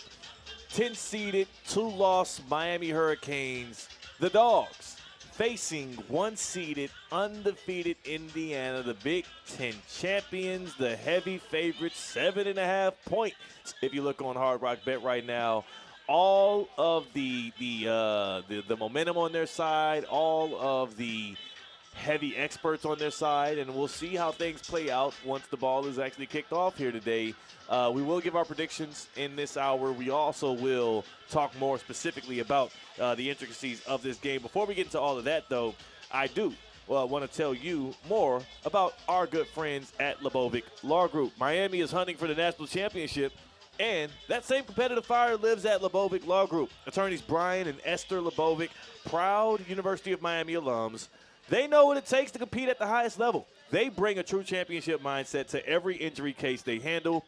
At Lebovic Law Group, it's all about preparation, discipline, relentless execution. That sounds like Cristobal speaking to the guys right now. When someone's been injured and their future is on the line, you don't just show up, they play to win. Every case is treated like game day, and every client gets a strategy built to finish strong, and they don't get paid unless they win for you. If you or someone you love has been injured, don't wait. Dial 856-1-888-8888. That's 561-888-8888. Again, 561-888-8888. Or visit Lebovic.com. Lebovic Law Group, bringing championship focus when it matters most. And it matters tonight. All of the marbles on the line. Miami versus Indiana. Fernando Mendoza versus Carson Beck. Kurt Signetti versus Mario Cristobal. a historically great basketball program that is now relevant in football versus a team that hasn't been relevant in the sport of football for more than 2 decades, but is back on the big stage. A lot of storylines pouring into this one, C-Cat, and now we're six or some odd hours from kickoff. This is 7:50 is that reported time of official kickoff. Yeah. Don't believe your TV guide, because more than often than not, it's a little bit misrepresented. It says 7:30. It says 7 o'clock sometimes. Sitting here in the ESPN booth, I'm kind of, Oh, watch your words. Watch your words there. Those 4 letters, they will creep up on you. 7:50. Justin Craig's right there. 7:50, I think, is going to be the time that you see the ball kicked off. And we're taking you all the way up there on ESPN 106.3. ESPN National is going to have you, Zaslow and Amber, of course, on the college football tailgate tour, campus tour, excuse me. Yeah, it's going to be a fun time breaking down everything that is to be expected on the line, because it's more than just that trophy. Yeah. It's more than just the trophy, man. because you're thinking forward. You're thinking dynasty. We're thinking about the state of Florida and how it truly will belong to the University of Miami if they can actually pull off the upset tonight. Yeah. And how they're going to put a fence around the state of Miami, like we heard Howard Schnellenberger say. Yeah. And how they will dominate recruiting and they will just pull from the rest of the country because of how cool it would be the Miami Hurricane. And then Indiana to pull off the unthinkable of a 2-year turnaround, the greatest turnaround in modern sports history. Crazy. If and only if Indiana can cap it off with an undefeated national championship. A lot on the line tonight. It's a lot on the line. I do think that there is generally at this stage, you feel a lot of more pressure on both programs, or one of the programs at least in this game. But I don't think there's a lot of the big P word pressure here that we talk about in sports. I don't know how much pressure there is on the 2 programs. I think if there's one person I can think about who really needs to have a good game, who really needs to have a showing and potentially get a win here to improve their future in this sport, it's Carson Beck. It's Carson Beck. Fernando Mendoza is going to be the number 1 pick no matter what happens in this game. But Fernando is locked and loaded. Kurt Cignetti is already primed. If he's not the best coach in college football right now, he's one of maybe a short list of 3, and he's good to go in Indiana for decades to come. As long as he wants that job, he'll have it. Mario Cristobal also has cemented himself as the guy in Miami and Coral Gables. There's no more questioning his in-game decision-making. He's clearly one of the best recruiters in the nation, and he has the faith of the alumni base and of the fans right now. Everybody, the mainstays in this game, are good to go. Carson Beck did a lot with that touchdown drive against Ole Miss in the Fiesta Bowl. Again, 75 yards, 15 plays, a 3-yard touchdown scamper from Beck to seal the deal for Miami, or at least to put them ahead, and the defense got it done at the end. Carson Beck, there's very little expectations on what kind of impact he can have on this game positively. He can do a lot for his NFL draft stock. He can do a lot for the way in which we look at his college football career. I mean, remember, this will be his third national championship. The other 2, he was backing up Stetson Bennett, so he still got the rings. I mean, is he a college football Hall of Famer if the Canes win tonight? I think he is. I mean, his resume will go bar for bar, word for word with anybody else. Anybody. Like, he really will have the accolades. And there is this born on third base belief with Carson Beck because of those loaded Georgia teams where that truly was. And he wasn't starting on those teams. And his teams were still had a lot of the nuts and bolts of those national championship teams when he was the starting quarterback. And this Miami team is packed to the gills with pro prospects as well. And you think of the J.J. McCarthy comp, where he didn't really need J.J. McCarthy to be great in order for Michigan to win a national championship.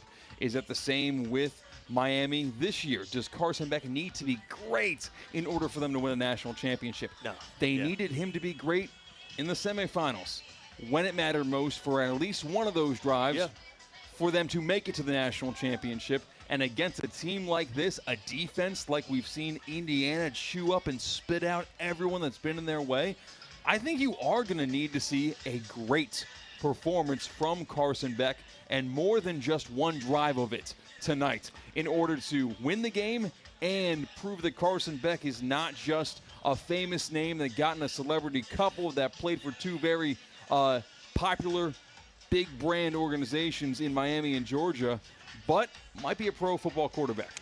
He'll get drafted. Where he gets drafted, I don't know. Doesn't matter to this game. Doesn't matter to me that much. I wish the best for the guy. One thing I do want to say in favor of Carson Beck, before the NFL playoffs started, I made the comparison. I said that C.J. Stroud is the Carson Beck of the NFL playoffs. C.J. Stroud is what he is to the Texans is what Carson Beck is to Miami. And I want to officially, because of how sincere I am, I want to genuinely and officially apologize to Carson Beck. I should have never uttered that man's name in the same sentence with you. And I don't say that disingenuously. This is the reason why I apologize to Beck is Carson Beck learned how to get out of his own way and not try to be a hero and allow for himself to be the great game manager that he's been in these playoffs and since the SMU loss. C.J. Stroud, he heard all of the talk. He heard people like you saying, well, we need to see an electric C.J. Stroud. We need to see him make plays. We need to see him win games for the Texans.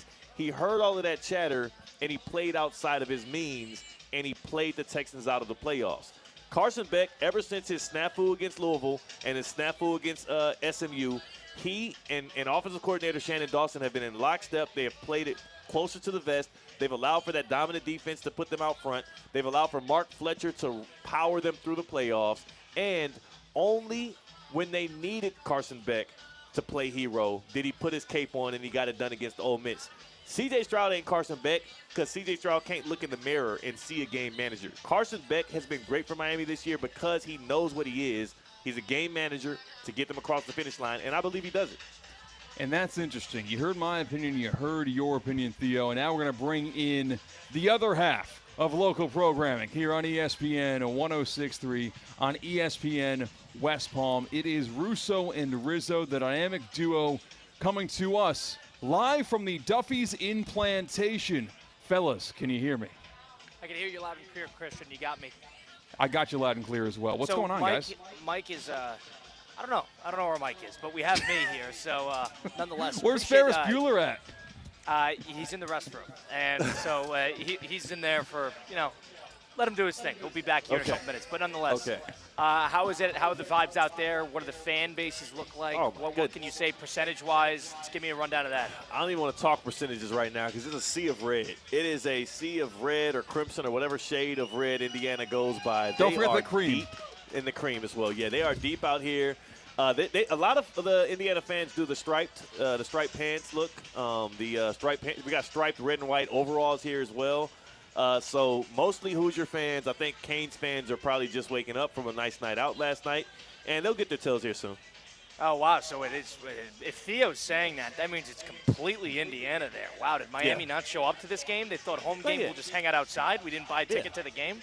Not yet. I mean, this is the crib, bro. Like, they're probably at their favorite local bar right now. They might be at their favorite tailgate spot that they're used to, tailgating at before games. Indiana's enjoying the Fan Fest. This is a new experience for them. They're used to doing this at, Final Fours and whatnot, so it's different on the college football landscape, and I like that for them. I'm happy for them. Well, the thing about Indiana is Indiana's not used to doing it anywhere because the basketball team hasn't been great in quite a long time as well. That's why I think this is dangerous. This is going to be a 50-50 split, true. A lot of Indiana fans are going to travel for this. We talked to one of our teammates, John O'Terry, who flew in from Chicago, said a ton of Indiana Red was on his flight down to South Florida, and I think you're going to see a lot of that.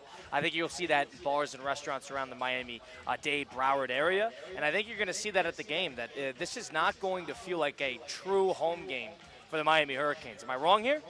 No, and it shouldn't. It honestly shouldn't. I mean, it's a neutral site game. They are the away team because they're the lower seed. We did learn that they are going to be using their home locker room and their home tunnel to run through the smoke, despite they will be on the away sideline, which shouldn't really matter because it's not like the sun is going to be beaming down like it's October or September. So that's the only discrepancy. They'll be on the opposite sideline. But, it shouldn't feel like a home game because it ain't a home game. It's the national championship game. Colin, I want to loop you into our question that we asked a little bit earlier before in the show. Who has more pressure to win this game tonight, Miami or Indiana?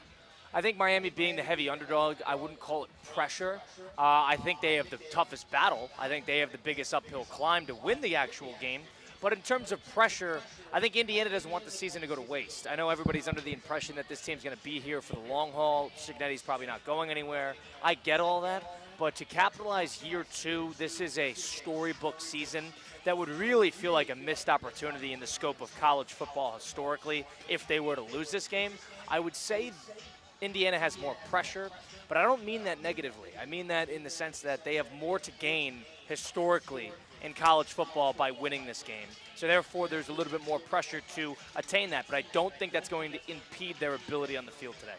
Yeah, because I feel like if you take away the school and the uniform and you say we have an undefeated Big Ten champion that steamrolled their entire way through the college football playoff, knocking off teams like Alabama and making them look very, very just a human, destroying Oregon. If you didn't say that team was Indiana, you would say undoubtedly the team that's undefeated and unchallenged to this point has got to be the team that should expect to win this game.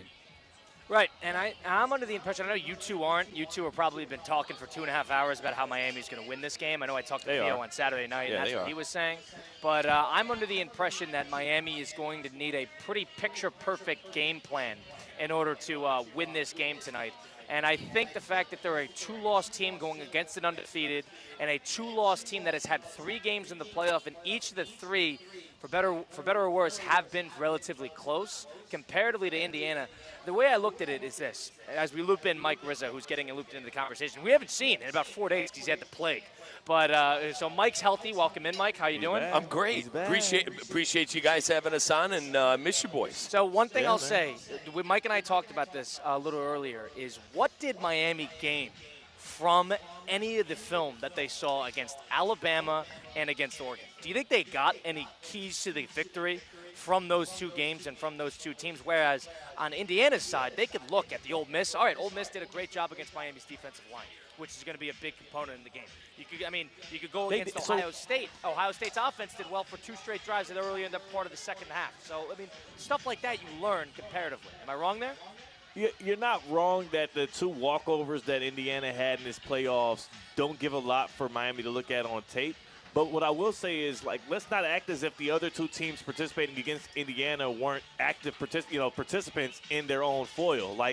Miami had 2 hard-fought games, really 3 hard-fought games. You count Texas A&M as well, where they learned more about themselves in those moments. They learned that they can trust in Carson Beck in a game-winning drive scenario. They learned they can trust in their defense to get a major stop at the end of multiple games to seal the deal. They also learned that they can lean on Mark Fletcher in big moments and in second halves to milk games out. Miami is more battle-tested in these playoffs despite not having the quote-unquote tape. But if they need some tape, they can just go back to the Big Ten championship game or the game against Penn State. Yeah, I was going to say, I feel like you learn more kind of about yourself when you're challenged. And if Miami presents a little bit of, a strong challenge in the first half, you'll have Indiana in waters that they're not really familiar with. And when you see, like you mentioned, Theo, the Penn State game and the Ohio State game, those are 2 games that have defensive lines that have pros riddled all around. And those are 2 teams that, for the most part, really controlled the pace of that game and put a stop to an Indiana offense that looked dominant against everybody else. Newsflash, Miami has one of those defensive lines. I think you also learn a lot more about yourself when you are challenged and when you are, beaten. Yeah, and that's what happened to Miami in those games against SMU and Louisville.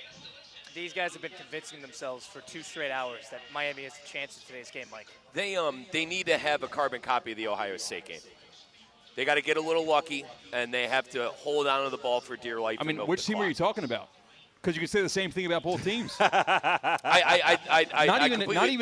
Seriously, not even a dig. That it wasn't intended to be a dig about Ohio State. Yeah. I'm saying it feels like a similar. I don't know. Yeah, I just think that Indiana is a different team than they were since beating Ohio State. I think Miami is the same exact team since beating Ohio State. Let me explain. Indiana, I think, really got their second wind and started turning into the most dominant team after the Ohio State game because it was such a big win for them. It was the defending national champion, the #1 team in the country. They had to hear all week how great the Buckeyes were. And I think they played into that, and they punched Ohio State in the mouth. They won the defensive line of scrimmage, and they got the confidence that they needed to beat Oregon by 30 points, to beat Alabama by 35 points. And we could have a conversation about if Alabama and Oregon are very good. I'll listen to you guys if you think that they're a pretty mid-college football playoff team. That's fine. I just think that win sent them on an Ohio State-esque run last year where – that's all they needed. For the Buckeyes, it was losing to Michigan. For Indiana, it was proving that they could, beat the team that has beaten them like a drum for 85 years. As far as Miami, you know how they're going to win the game. Theo and Christian, I don't need to regurgitate it. You guys have been talking about it from what counted to me for 2 hours. Control the football, milk the clock, and win the line of scrimmage. Boys, I don't see this close if Indiana has time to throw. If Indiana and Mendoza have time to throw and they can run the football, I think it's going to be a 20-point game. But if Miami is able to pressure Fernando Mendoza, I think we could be maybe in for a good game. Because you look at the Penn State, Colin mentioned the Penn State game. I'm going to even mention the Old Dominion game. Go back to the Old Dominion game. Mendoza went 18-31, and the statistics weren't necessarily there. But I'm with Colin. I think it's Indiana's to lose. I think Indiana is that team of destiny like we saw last year with the champion. Listen, get a couple of turnovers on the defensive side, win the defensive line, and I think Miami has a chance to be in the game. I know we need to – we're probably got to get out of here soon. I'll give my quick score prediction, and I'll give the summation of it as this. I got Miami 27-22 over Indiana. I got Miami winning the national championship at the crib just like they did in '83 for their first one. That's how they'll get their sixth one. And don't worry, Hoosier fans who are booing me right now. You'll have another chance. It's college football, baby. We do this thing every year. Every year can't be your year. But this right here is the Canes' year. And I just had to be truthful and honest. T-Cat, your pick is going to be brought to us by Kaiser University, huh? Yeah, Kaiser University knows a thing or two about winning national championships. If you're not familiar with Kaiser, they're up the road, off I-95, off the turnpike on the Okeechobee exit. Beautiful flagship campus. They've got 27 national championships. Their football team has gone to the NAIA National Championship game 4 years in a row. Again, 27 national titles as an athletic department as a whole. If you're thinking about where to prolong your academic and your athletic career, do it at Kaiser. It's right in your backyard. Your friends, your family can go to your games and you get a quality education at the same time. KUSeahawks.com, KUSeahawks.com. Shout out the women's soccer team winning a national championship last fall. You have two football programs that have been waiting for this for a long time. And I would say the feeling is similar. Indiana is not a football school, never been known as a football school. So their decades and decades and, programs' history of waiting for competent football, national championship football, probably feels similar to just 2 decades of Miami Hurricanes fans waiting for their school to once again reign supreme, be the industry standard, be national champions. I'm going to pick the Indiana Hoosiers to lose to Miami in Miami's home stadium. Final score, 29-26. The U is back. I love that. You got a roar from the Hoosiers fans. I love that. A little pre-confetti, if you will.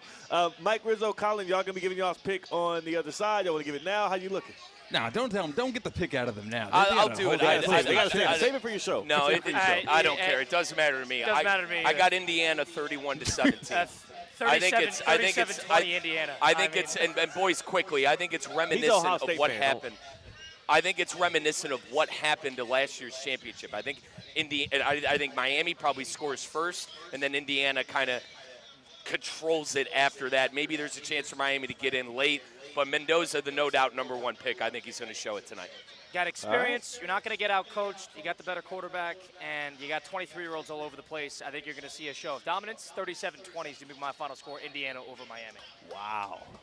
Okay, some very bold picks there for the guys back in the Hoosiers. Not mad at it. Love to see you guys here a little bit later on. I'm sure the Hoosiers fans are going to give you a big fat hug for picking their school. But you guys are going to carry it on there from the Duffy Sports Grill and Plantation before you make your way to the stadium. So make sure y'all hold it down down there, and I would hold your voices down if you're going to be picking Indiana in that bar. Just giving you a heads up. We're going to take it on the road here. Enjoy your Dr. King Day. Enjoy the national championship, and enjoy Russo and Rizzo next here on ESPN 106.3. For CCAT, I'm Theo. Much love to Thomas for hooking it up and getting us our fans and everything going here with ESPN Radio. And we have been live here on ESPN 106.3. Live from the Anajar and Levine Accident Attorney Studios. Anajar and Levine Accident Attorneys. Call 1-800-